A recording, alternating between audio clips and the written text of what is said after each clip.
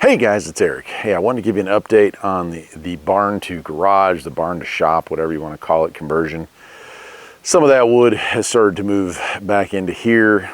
I haven't done any work really on the outside yet. That's kind of the final chapter of this story, but I think you'll see the inside has changed quite a bit since last week. A lot of work being done in here. And so here you go. The walls are white, or light gray really. It may not be easy for you to see, but if you watch the other video, a lot of rot along this wall. We had all the feed and all the hay and all the animals all up against this side here. And the natural slope of the property comes in this way. So 10, 12 years worth of stuff here that have caused us to have rotted out bottoms. In some areas, like you can see here, that just meant cutting out a section and pasting in a new section. But a lot of it, unfortunately, it meant literally ripping out and throwing away those boards and getting new boards. Well, not new.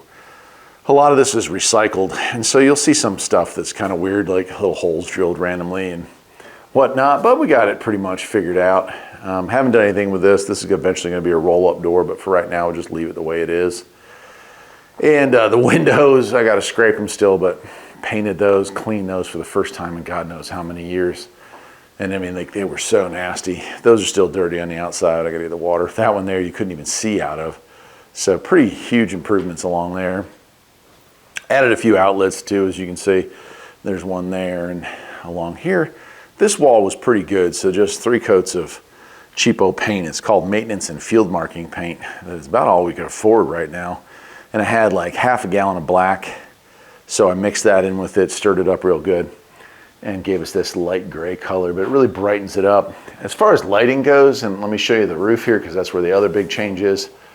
Spray foam insulation, that's about 24 cans of spray foam insulation that we put in here ourselves, and that was nice. You could feel the temperature drop when we were installing this. It was really incredible, really sunny. It was about 82 outside, about 90 in here, and the second we were done spraying it, of course we had the doors open while we were doing it, keep airflow, but like you could tell how much it had cooled off.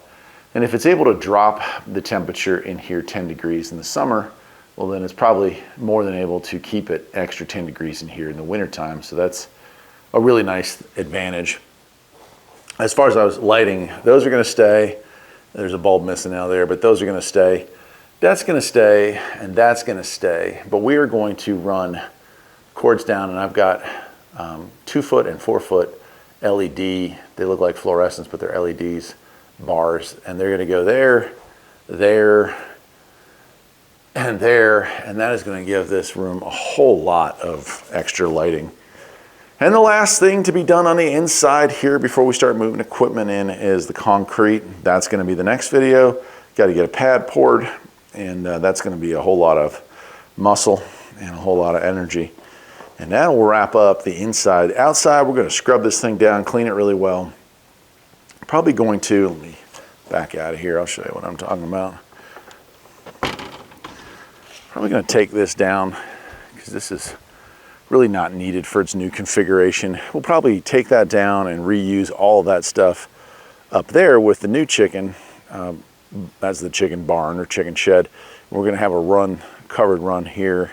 And then they'll have the whole upper paddock. If I lift up there, you can see for them to run around when there's no predatory issues, which we do have some problems with chicken hawks and red-tailed hawks. So we've had a lot of issues with that. Got an electrified fence around this, so we don't have as much issues with foxes and coyotes. Although bear don't seem to care. They'll bust right through anything. So that's going to be on the outside, but that'll be later on in the summer. Taking that down is kind of not an immediate need, so it's not something we'll do right away. A lot of this cull wood, which has been used for various projects, a lot of it's recycled 2 or 3 times here on the property. That stuff is going to be, we're going to use a lot of it because we're going to make shelves. I kept a lot of the scraps, and of course we'll clean all this up, but that's going to be shelves for the new shop and just putting in workbenches, stuff like that. So we'll do that. Down there I've got the dolly and the 4x8 trailer, some other random equipment, and put a little bit more gravel in here. This is kind of weeds growing up. We're gonna have to nuke all that soon, and we're gonna run gravel through here. So that's it for this part of it. I just wanted to give you a quick update on it. Every year we're doing projects here. This is one of the two big ones, a couple of small ones going on as well. And I'll update you on those as the summer goes on. Till next time, my friends, take care.